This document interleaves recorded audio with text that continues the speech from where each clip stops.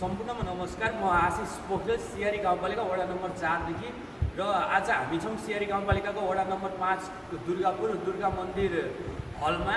र आज हामी चाहिँ कराटे खेलाडी र प्रशिक्षक भएर चाहिँ हामी गुरु पूर्णिमा मनाउन गइरहेका छौँ भने हाम्रो पछाडि चाहिँ खेलाडीहरू बसिराख्नु भएको छ।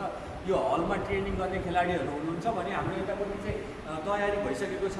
अब हामी चाहिँ गुरु पूर्णिमा मनाउन गइरहेका छौँ र सम्पूर्ण खेलाडीहरूलाई पनि क्यामेराम्यान भाइलाई म देखाइदिन अनुरोध गर्दछु। हुस गर्ने हुस गर्ने हुस